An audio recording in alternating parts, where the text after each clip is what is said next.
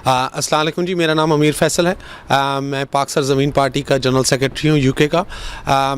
मैं सबसे पहले तो आप लोगों का शुक्रगुज़ार हूँ कि आप लोग यहाँ तशरीफ़ लाए लंदन ऑफ़िस की इनाग्रेशन के मौके पर, और आप लोग तमाम के तमाम सहाफ़ी हज़रात हम लोगों को बहुत सपोर्ट करते हैं, कवरेज देते हैं और हमारा मैसेज आवाम तक पहुँचाने में हमारी मदद करते हैं।